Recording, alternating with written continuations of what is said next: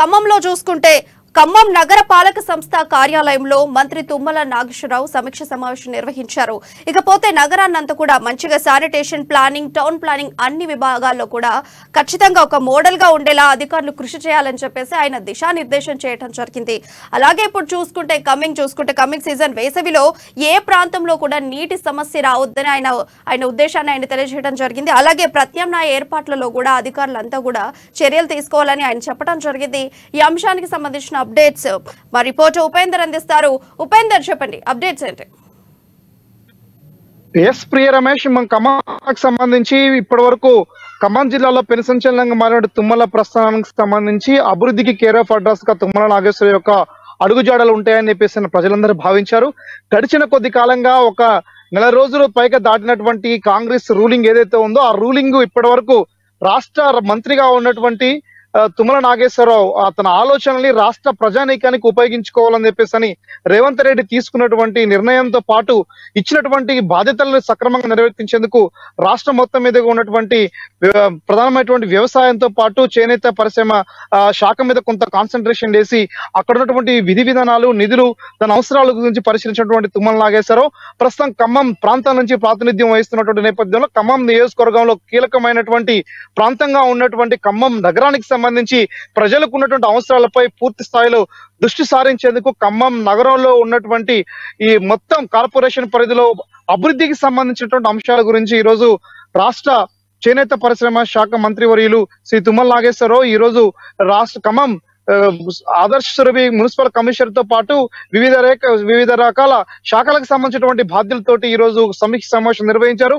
గత last year ఎన్నికల కంటే ముందు ఖమ్మం నగర పాలక సంస్థ ఆధ్వర్యంలో జరిగినటువంటి పనులకు సంబంధించి వచ్చినటువంటి నిధులు, దానికి సంబంధించినటువంటి ఖర్చులు, ఇతర వివరాలు మొత్తం కూడా పూర్తి స్థాయిలో నివేదిక అందించాలని చెప్పేసి కూడా ఈ రోజు అత్యవసరంగా అధికారులతోటి సమావేశం నిర్వహించారు.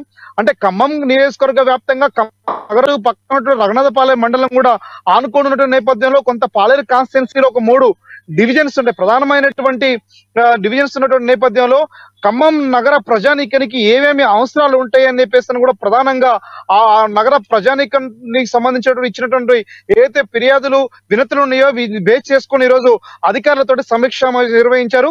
ఈ సమీక్ష సమావేశం ప్రధానమైనటువంటిది రానున్నటువంటి వేసవి రాబోతున్న తరుణంలో ఖమ్మం ప్రాంతంలో ఎక్కడ కూడా నీటి సమస్య రాకోకుండా ప్రజలందరికీ ఎటువంటి ఇబ్బందులు కలగకోకుండా జాగ్రత్తలు తీసుకోవాలని చెప్పేసి పూర్తి స్థాయిలో సూచన ఇచ్చారు. దీంతో పాటుగా పారిశుద్ధ్యకు సంబంధించినటువంటి సమస్య ఎక్కడ కూడా లేవనెత్తడానికి అవకాశం రానివద్దు. ఖచ్చితంగా శానిటైజేషన్ విషయంలో కావచ్చు, ప్లానింగ్ విషయం కావచ్చు, టౌన్ ప్లానింగ్ నిర్వహణలో కావచ్చు ఎటువంటి చిన్న కూడా జాప్యం జరగడానికి లేదు. పక్కటబందిగా పర్ఫెక్ట్ గా నిర్వహించేసి ఖమ్మం నగర ప్రజలకు ఎటువంటి అసౌకర్యం జరగకోకుండా చూడాలని చెప్పేసి కూడా నగర సంబంధించిన ముఖ్యమైనటువంటి విభాగాలకు చెందినటువంటి నేతలందరికీ ప్రధానంగా ఈ రోజు సూచించినట్టుగా మనకి స్పష్టంగా సమాచారం ఉంది.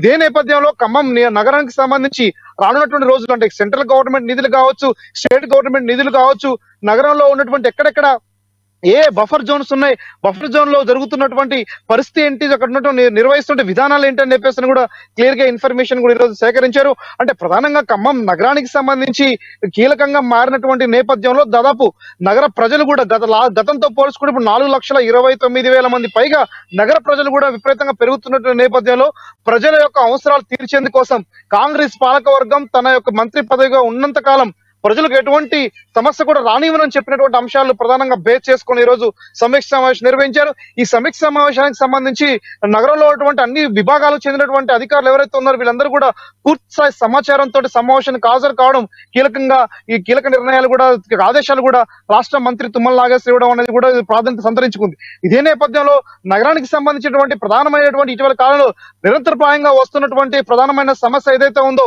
అంటే 58-59 భూ ఆక్రమణలకు సంబంధించి అక్రమ రిజిస్ట్రేషన్ ఎక్కడైతే నడుస్తా ఉందో ఈ అన్ని అంశాల గురించి కూడా పూర్తి స్థాయిలో వివరాలు ఇవ్వాలి.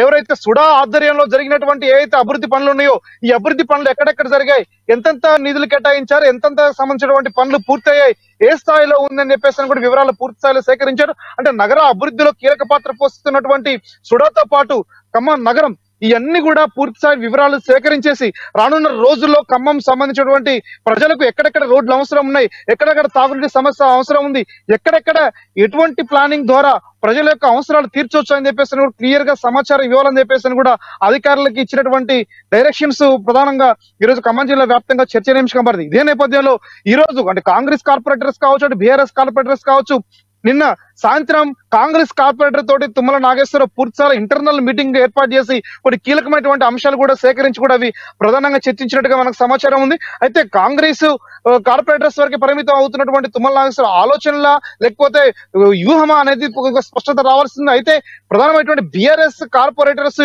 హైయెస్ట్ ఎక్కువ మంది పాలకవర్గం ఉన్న నేపథ్యంలో మేయర్ కావచ్చు, అక్కడ ఉన్నటువంటి డిప్యూటీ మేయర్ కావచ్చు, ప్రధానమైనటువంటి కార్పొరేటర్స్ ఎవరు కూడా కార్పొరేటర్స్ లేకుండా అధికారులతోటి సమీక్ష సమావేశం నిర్వహించడం పట్ల కూడా కొంత ఆలోచన ఇప్పటికే బీఆర్ఎస్ కార్పొరేటర్లు పడ్డారు. అంటే ఖమ్మం కార్పొరేషన్ ఏం జరగబోతా ఉంది, రానున్న రోజుల్లో ఎటువంటి అడుగు వేయబోతా ఉన్నారు, నగరంలో ప్రజలకు ఏ అవసరాలు తీర్చబోతా ఉన్నారు అనేటువంటి అంశాల గురించి కూడా కొంత ఆలోచిస్తూనే బీఆర్ఎస్ కార్పొరేటర్స్ అట్లాగా మిగతా కార్పొరేటర్స్ అందరినీ కూడా ఎందుకు ఈ రోజు సమావేశం పిలవలేదనేటువంటిది కూడా ప్రధానంగా క్వశ్చన్ మార్క్ ఉంది. ఏదేమైనా సరే ఖమ్మం నగర ప్రజానీకం యొక్క అవసరాలు తీర్చాలని చెప్పేసి తుమ్మల నాగేశ్వరరావు చేసినటువంటి వ్యాఖ్యలు ఏవైతే ఉన్నాయో, ఈ ప్రధానమైనటువంటి అధికారులకు ఇచ్చిన డైరెక్షన్స్ ఏవైతే ఉన్నాయో, ఇవన్నీ కూడా రానున్నటువంటి రోజుల్లో ఖమ్మం నగర పురో అభివృద్ధి కోసం దాదాపు 4 లక్షల పైగా జనాభా కలిగినటువంటి ఖమ్మం నగరం యొక్క స్థితిగతులను మార్చేందుకోసం అటు అభివృద్ధి కేర్ ఆఫ్ అడ్రస్ గా మారిన తుమ్మల నాగేశ్వరరావు ఆలోచనలు ఇవన్నీ కూడా మేళవింపు చేసుకొని రానున్నటువంటి రోజుల్లో క్లియర్ కట్ గా ఖమ్మం నగరాన్ని అభివృద్ధిపై దృష్టి సారించినట్టుగా స్పష్టంగా అర్థమవుతా ఉంది. ప్రియ రమేష్. అలాగే ఉపేంద్ర, ఇప్పుడు చూసుకుంటే నగరాన్ని ఏ రకంగా శానిటేషన్ చేయబోతున్నారు, అలాగే నీటి సమస్య రాకుండా ఉండటానికి ఎలాంటి ముందస్తు చర్యలు తీసుకోబోతున్నారు, వారికి ఎలాంటి దిశానిర్దేశం చేశారు తుమ్మల నాగేశ్వరరావు? ప్రియా, ఖమ్మంకి సంబంధించి కూడా కొంత నీటి సమస్య తీవ్ర స్థాయిలో ఉన్నటువంటి నేపథ్యంలో గత పాలకవర్గం ఇచ్చినటువంటి ఏదైతే ప్రధానమైనటువంటి ఇంటింటికి నల్లా ఇచ్చినటువంటి సమస్య ఏదైతే ఉందో అది ఇంకా చాలా నల్లాలు ఇవ్వాల్సినటువంటి అవసరం ఉంది. ఎక్కడెక్కడ ఏ అవసరం ఉంది అనేటువంటి విషయాల గురించి కూడా పూర్తిగా సమాచారం ఇవ్వాలని చెప్పేసి తుమ్మల నాగేశ్వరరావు ప్రధానంగా ఆదేశాలు ఇచ్చారు. అయితే ప్లానింగ్ కమిటీ, టౌన్ ప్లానింగ్ కమిటీతో పాటు శానిటేషన్ డిపార్ట్మెంట్ వాళ్ళు అప్రమత్తం ఉండాలి. ఖమ్మంకి సంబంధించిన నగరంలో ఎక్కడ కూడా చెత్త పేరుకుపోయినా ఎటువంటి పారిశుద్ధ సమస్య ఉన్నా సరే వెంటనే స్పందించేసి ప్రజల యొక్క అవసరం తీర్చేందుకోసం కృషి చేయాలని చెప్పేసి కీలకంగా ఆదేశాలు ఇచ్చారు. దీంతో పాటు గత లాస్ట్ ఇయర్ వచ్చినటువంటి నిధులు దాదాపు 113 కోట్ల రూపాయలు విలువ చేసేటువంటి నిధులు ఖమ్మం నగరానికి వచ్చాయి.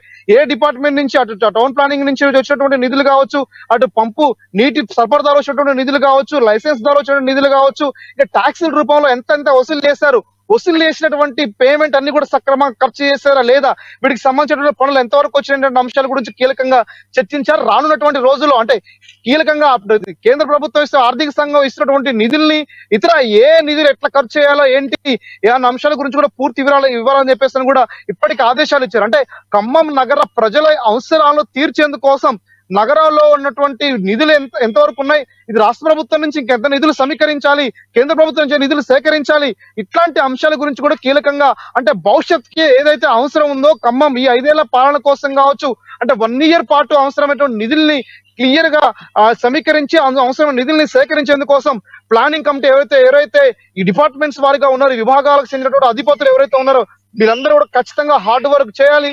ఖచ్చితంగా కాంగ్రెస్ గవర్నమెంట్ కు సంబంధించినటువంటి పాలనకు అందరూ కూడా సహకరించాలి. ఎటువంటి అక్రమాలకు చోటు ఇవ్వకుండా పరిపాలన అందించడం కోసం చేస్తున్న కృషిలో అందరూ భాగస్వాములు కావాలని చెప్పేసి కూడా కీలకమైన ఆదేశాలు ఇచ్చారు. Priya Ramesh. Right, thank you Upender for your updates. Thank you.